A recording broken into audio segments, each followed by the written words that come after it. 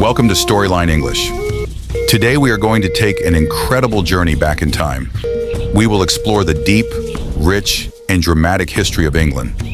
As you listen to this story, you will not only discover how a small island became a global superpower, but you will also naturally improve your English listening skills and expand your vocabulary. Listen closely to the words, the rhythm, and the expressions. Take a deep breath, relax, and let's travel back thousands of years. Long before England had its name, the land was a wild green island. Dense forests covered the hills, and mysterious stone monuments, like Stonehenge, stood silent under the open sky. The people who built these stones left no written records. They remain a beautiful mystery of our past. Around 700 BC, a new group of people arrived from mainland Europe. We know them as the Celts. The Celts were fierce warriors, skilled craftsmen, and deeply spiritual people. They lived in small tribes and built hill forts to protect their families. They spoke a beautiful language, worked with iron, and created complex art that can still be found today. For hundreds of years, the Celts ruled this land. They farmed the soil, fought rival tribes, and worshipped nature through their priests, known as Druids. Life was simple, yet dangerous. But this peaceful, tribal world was about to change forever. Far to the south, a great empire was rising. An empire with unmatched military power and a desire to conquer the known world. The Romans were coming. In the year 55 BC, the greatest military power of the ancient world turned its eyes toward the mysterious island of Britain. Julius Caesar, the famous Roman general, led an expedition across the sea. The Celts fought bravely to defend their beaches, and Caesar realized that conquering this island would not be an easy task. It took nearly a century for the Romans to launch a full-scale invasion. In 43 AD, Emperor Claudius sent a massive army of 40,000 disciplined soldiers to conquer the land. The Celtic tribes were divided. Some chose to surrender, while others fought with incredible courage.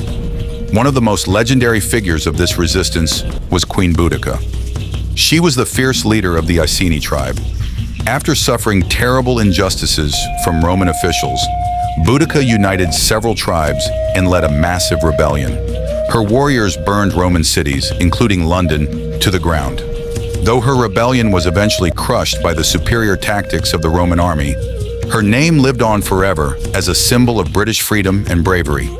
With the rebellion ended, the Romans established total control over the southern half of the island, naming the province Britannia. For nearly 400 years, the Romans transformed the landscape. They built a vast network of paved roads, connecting distant towns for trade and military movement. They founded major cities like Londinium, which we know today as London, and introduced grand architecture, public baths, heated buildings, and open-air theaters. To protect their empire from the wild, unconquered tribes of the north, Emperor Hadrian ordered the construction of a massive stone wall.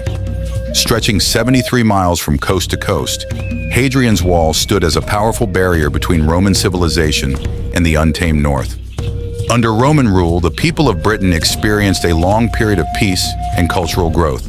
The Latin language influenced local dialects, and Christianity began to spread across the land. But this golden era could not last forever.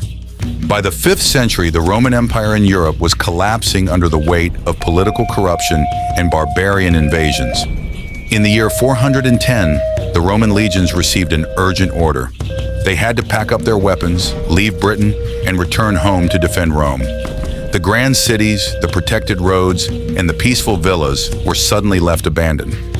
The local people, who had relied on Roman protection for centuries, were now completely defenseless, facing a dark and uncertain future. The departure of the Roman army left Britain in total chaos. With no soldiers to defend the borders, the island became an easy target for invaders. From across the cold North Sea, Germanic tribes looked at the fertile lands of Britain with greed. These people were the Angles, the Saxons, and the Jutes, coming from modern-day Denmark and northern Germany. At first, these warriors arrived in small boats, hired by local British kings as mercenaries to fight off northern raiders. However, the newcomers quickly realized that the land was rich and the local people were weak. Instead of returning home, they invited their families, packed their belongings, and began a massive migration. The native Celts fought desperately to protect their homes, but they were slowly pushed back into the western mountains of Wales and the rugged hills of Cornwall. It is from this dark era of constant warfare that the beautiful legend of King Arthur was born, a mythical king who united the Britons with a magic sword to fight against the invading forces. As the decades passed, the Anglo-Saxons completely transformed the culture of the island. They did not care for the grand Roman stone cities. Instead, they preferred to live in small wooden villages, close to the forests and flowing rivers. They were deeply connected to agriculture, clearing heavy forests to create vast farming fields.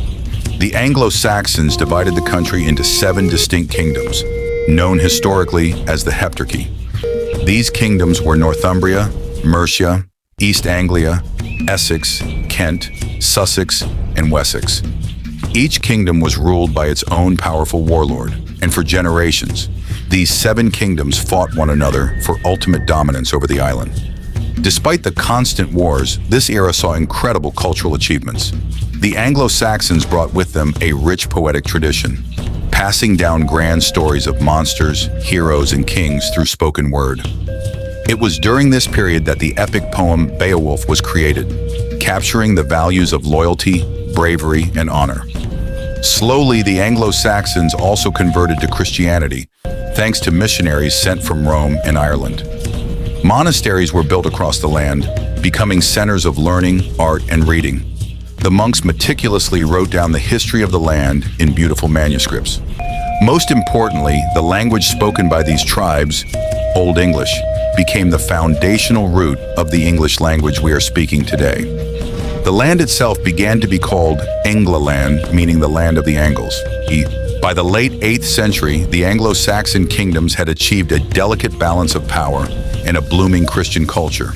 The monasteries were filled with gold, silver, and beautifully illustrated books. But a terrifying new storm was brewing in the north, ready to bring destruction to the peaceful island. In the year 793, a strange fleet of longships with dragon-carved bows appeared off the northeast coast of England. These ships carried fierce Scandinavian warriors known to history as the Vikings. They landed at the holy island of Lindisfarne, home to a famous and wealthy monastery. Without warning, the Vikings attacked, killing the helpless monks, stealing the sacred treasures, and burning the holy buildings to the ground. This brutal raid sent shockwaves of terror across Christian Europe. To the Anglo-Saxons, it felt as if the wrath of God had been unleashed upon them. This was only the beginning. For the next several decades, the Vikings returned every summer, using hit-and-run tactics to raid coastal towns and monasteries. They were master navigators and fierce warriors, using the river networks to sail deep into the English heartland. In the year 865, the nature of the Viking threat changed completely. Instead of small raiding parties, a massive force arrived on the shores of East Anglia. The Anglo-Saxons called them the Great Heathen Army. Led by legendary commanders like Ivar the Boneless, this army did not want simple plunder. They wanted to conquer and settle the land permanently. One by one, the proud Anglo-Saxon kingdoms fell before the relentless Viking advance.